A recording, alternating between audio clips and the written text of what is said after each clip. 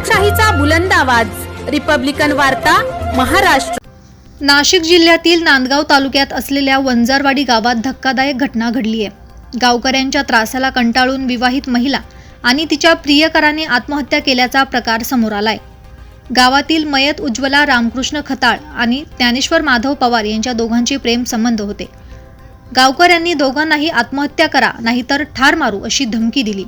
सततचा होणारा त्रास आणि धमक्यांना कंटाळून शेवटी दोघांनी आत्महत्येचा निर्णय घेत नांदगाव तालुक्यातील न्यायडोंगरीपासून अंदाजे 4 ते 5 किलोमीटर अंतरावरील शनी मंदिराजवळ रेल्वेखाली झोकून देत दोन्ही प्रेमी युगुलांनी आत्महत्या केली आहे। या प्रकरणी नांदगाव पोलीस स्टेशनमध्ये 16 जणांविरुद्ध गुन्हा दाखल झाला आहे।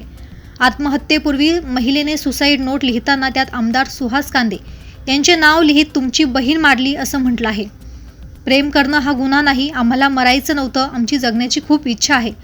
आमदार साहेब संजय पवार आणि अधिकारी आमच्या बाजूने आहेत, मला मारून टाकलं तरीही कुणी आमचं वाकडं करणार नाही अशा गावकऱ्यांनी धमक्या आम्हाला दिल्या जात असल्याचे मयत महिला उज्ज्वला रामकृष्ण खताळ या महिलेने सुसाईड नोटमध्ये लिहिले आहे।